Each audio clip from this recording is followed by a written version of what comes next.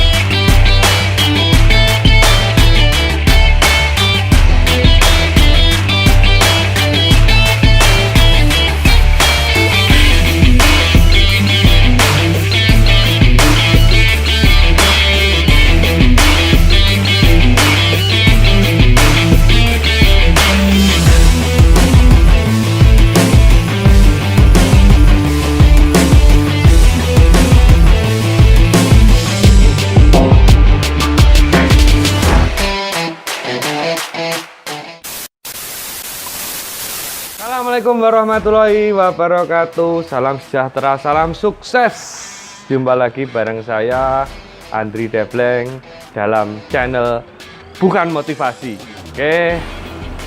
Pada kesempatan hari ini kita akan membahas tentang tata kelola manajemen tenaga kerja Indonesia. Ini bermula dari cerita ketika banyak pesan pribadi masuk ke HP saya.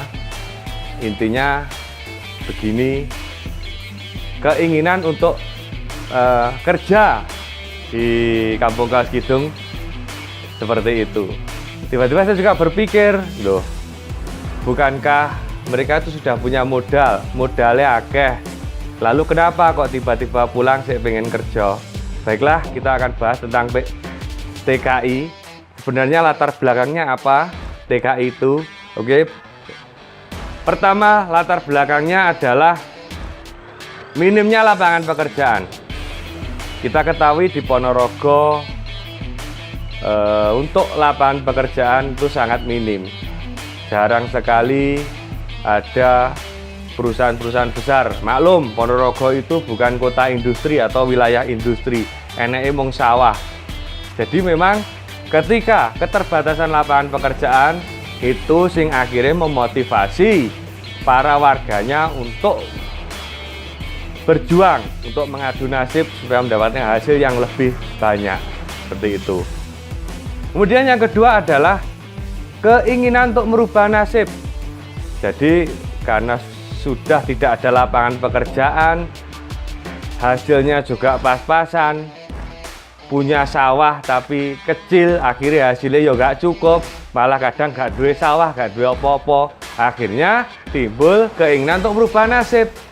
Tapi ya caranya dengan kita menjadi pahlawan devisa, kita menjadi tenaga kerja Indonesia di luar negeri, seperti itu. Ya itu terbukti ampuh, karena apa?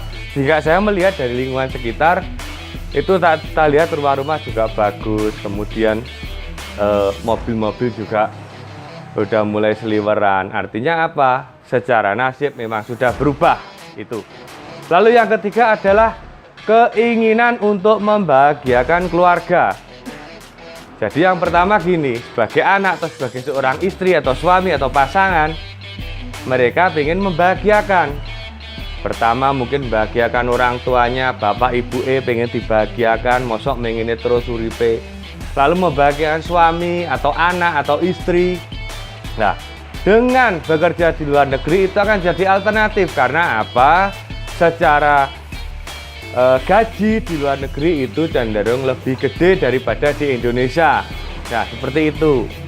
Itu keinginan untuk membahagiakan keluarga. Lalu yang keempat adalah keinginan untuk mencari modal.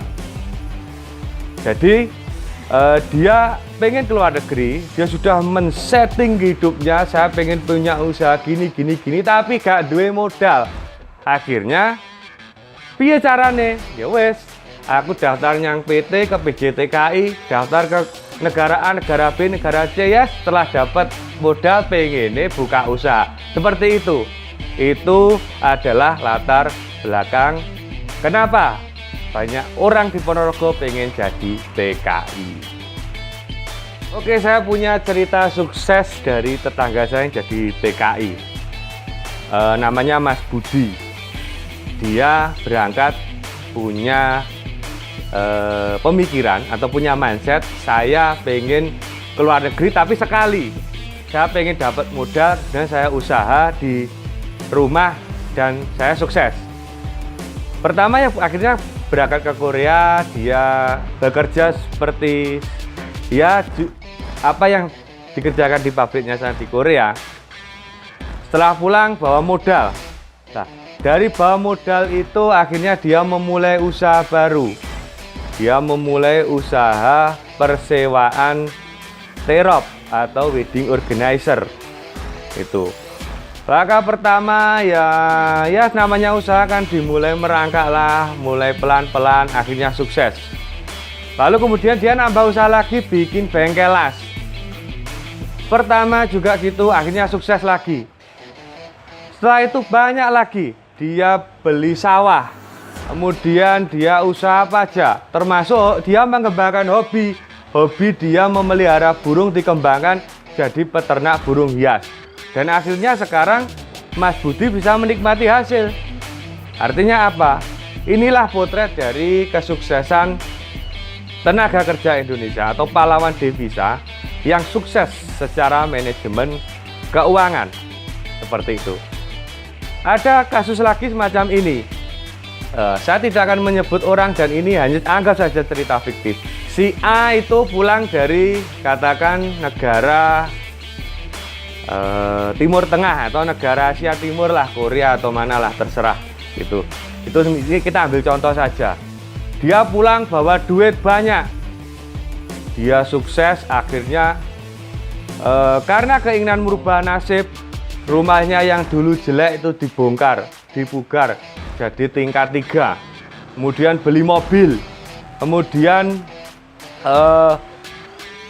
gaya hidupnya meningkat.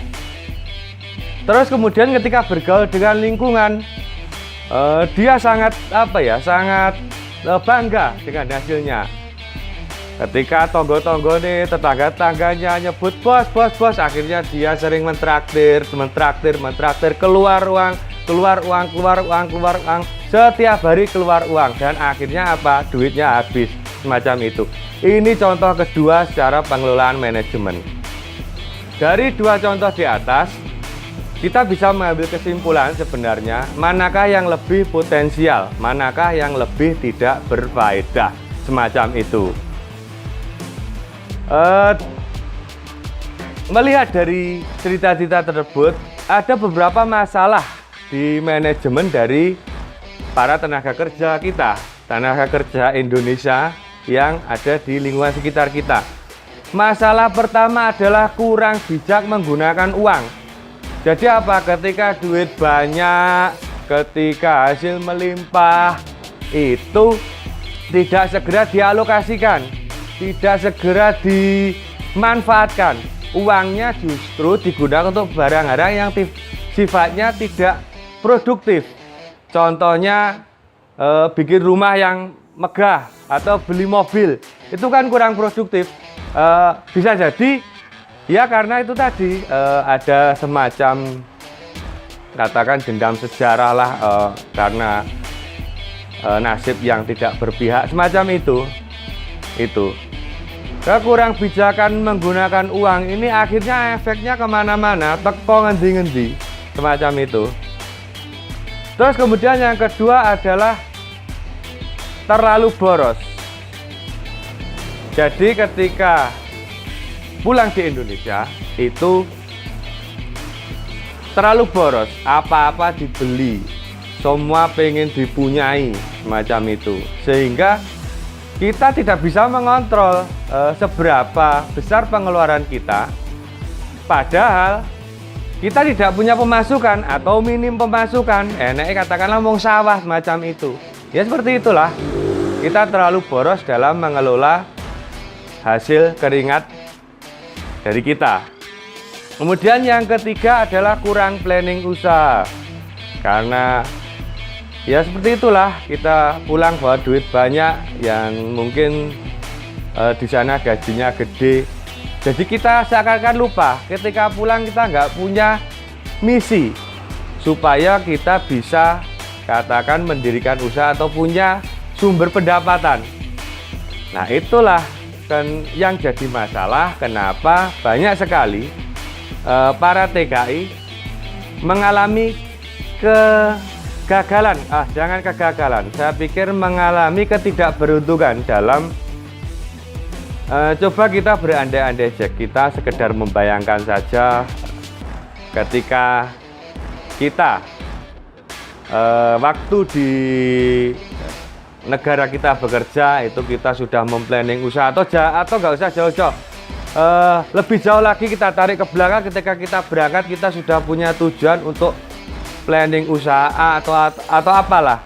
Tentu ketika pulang kita tinggal mengaplikasikan, gampang saja. Oh iya, saya dulu punya keinginan ini, ya udah kita aplikasikan usaha tersebut mumpung kita punya modal.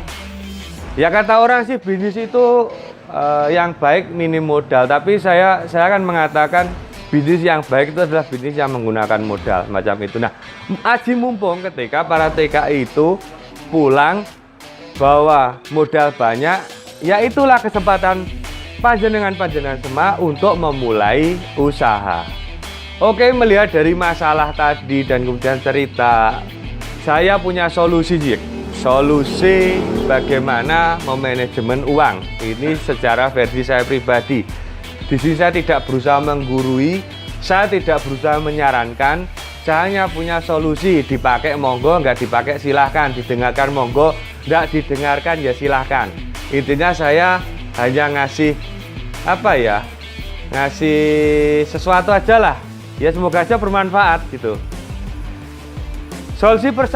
Solusi pertama itu adalah bijak memutar uang hasil keringat kita. Ambil contoh, ketika kita pulang, kita masih punya duit banyak, kita masih punya hasil keringat yang masih melimpah, ya kita bijak saja. Bijak dalam artian kita tidak usah terlalu boros, tapi ya sewajarnya aja. Kalau rumahnya, katakan rumahnya jelek, diperbarui, ya diperbarui aja. Tidak usah, ya kita bisa memperhitungkan seberapa kekuatan finansial kita. Ya tidak usah ngoyo lah. Jika kita masih cukup naik motor, ya cukup naik motor aja, nggak usah beli mobil. Artinya uang yang lainnya, uang sisa lainnya bisa kita gunakan untuk keperluan lain. Atau misal gini, kita alokasikan untuk ketika kita di luar, kita alokasikan untuk membeli katakan sawah semacam itu. Sawah atau bagaimana, atau memulai dengan membeli ruko. Artinya dengan hal-hal itu kita ketika pulang kita sudah nggak bingung. Karena apa? Oh di rumah ada sawah, oh di rumah ada di ruko, uang sisa sudah nyantol kan semacam itu. Itu solusi saya pertama. Kemudian solusi yang kedua adalah berpikir usaha ketika sudah ada di rumah. Jadi ngeten, ketika kita pulang itu idealnya ketika kita naik pesawat pulang itu kita sambil duduk di pesawat kita berpikir, aku nek ning omah arep nyapa ya, aku terus kudu piye ya, saya punya uang saya harus kemanain ya, kan seperti itu logikanya. Nah, pemikiran itu, pemikiran yang sifatnya ekonomi, realistis, itu mestinya kita pacu terus, kita berpikir terus, paling enggak supaya uang hasil keringat itu tidak hilang, bisa berputar, bisa beranak pinak semacam itu. Makanya banyak hal yang perlu kita pikirkan. Mulia bisalah memulai usaha bikin kuliner, usaha jualan baju, atau usaha bikin toko pertanian, atau usaha apalah, yaitu sekemampuan kita berpikir semacam itu. Lalu yang ketiga adalah solusinya adalah ketika Anda masih di perantauan, seyogyanya kita belajar bisnis. Saya lihat di akun-akun media sosial banyak sekali para TKW, TKI itu sudah memulai bisnis online lah, jualan baju lah, jualan perabotan lah, jualan spring bed atau jualan apalah perabotan. Nah itu saya pikir itu adalah langkah yang tepat. Jadi ketika kita pulang, kita tinggal meneruskan apa yang sudah kita jalankan meskipun sederhana. Gitu idealnya. Saya pikir kalau kita sudah menjalankan seperti itu, kita enak kalau pulang. Ya kita pulang tinggal kita ambil uang dari rekening, tinggal kita kulaan atau kita belanja untuk keperluan bisnis kita. Semacam itu. Ini adalah salah satu solusi menurut saya pribadi. Perlu dicatat, saya tidak memaksa, saya tidak menyarankan, ini saya hanya ngomong aja. Dipakai alhamdulillah, nggak dipakai ya monggo. Oke Jack, jika tadi sudah kita bahas dari latar belakang, cerita, masalah, solusi. Nah, lalu kita lanjut kepada kesimpulan dan harapan. Harapan saya sebagai warga desa, sebagai warga masyarakat, tentunya kita punya harapan besar lah akan keberadaan para warga atau tetangga-tetangga di lingkungan sekitar itu yang bekerja di luar negeri. Harapannya jelas, mungkin banyak orang yang mengharapkan ini. Harapan atau kesimpulannya satu adalah mari kita menjadi pahlawan devisa, jadi tenaga kerja Indonesia yang nantinya jika pulang sangat bermanfaat bagi keluarga dan lingkungan sekitar. Paling tidak ketika kita pulang bawa duit, keluarga kita merasakan, anak kita, istri kita, orang tua kita itu merasakan hasil dari keringat kita yang akhirnya membahagiakan mereka itu. Tapi di satu sisi tidak hanya itu saja, kita juga perlu membahagiakan lingkungan sekitar kita. Caranya piye? Yo tidak kita traktir mereka di warung makan setiap hari atau bayari ngopi setiap hari, tidak. Tapi bagaimana caranya kita bisa menjadi orang yang bermanfaat bagi lingkungan sekitar kita. Contohnya apa? Kita bikin usaha pembuatan beton, tenaga kerjanya dari lingkungan sekitar kita, macam itu. Atau kita bikin supermarket, minimarket yang para tenaga kerjanya dari sekitar kita. Itu akhirnya apa? Itu akan menjadi solusi di tengah minimnya lapangan kerja. Lalu kemudian kesimpulan dan harapan selanjutnya adalah saya mengajak aja, yuk kita mulai usaha dari hasil keringat kita sendiri. Mungkin banyak orang ngomong usaha itu nggak perlu modal, saya katakan nonsen. Semua usaha perlu modal. Mau buka toko online saja, kita kalau nggak punya HP, kita nggak punya pulsa, kita nggak punya paketan, nggak bisa kita jualan. Jadi bagi panjenengan yang jadi TKI atau pahlawan devisa, seyogyanya monggo kita manfaatkan hasil keringat kita untuk hal yang lebih baik. Kita bikin usaha, kita putar uang kita supaya lebih produktif lagi. Dan harapannya Anda akan seperti Mas Budi itu, cukup jadi TKI, cukup pergi ke luar negeri sekali, pulang dan panjenengan akan sukses. Itu adalah harapan dan juga kesimpulan. Saya berdoa kepada panjenengan semua supaya bisa menemukan apa yang ada di video ini. Paling tidak mari kita bisa memetik hikmah dari apa yang ada dalam cerita ini.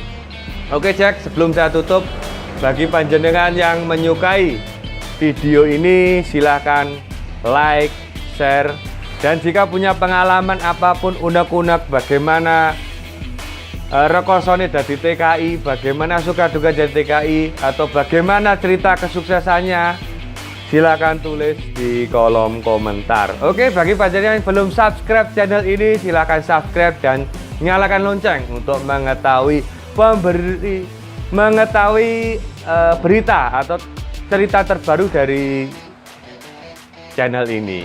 Oke, harapan kita monggo kita bekerja keras, berpikir positif, dan kita harus berpikir untuk terus maju. Sekian dari saya. Wabillahi taufiq wal hidayah. Assalamualaikum warahmatullahi wabarakatuh. Salam sejahtera, salam sukses.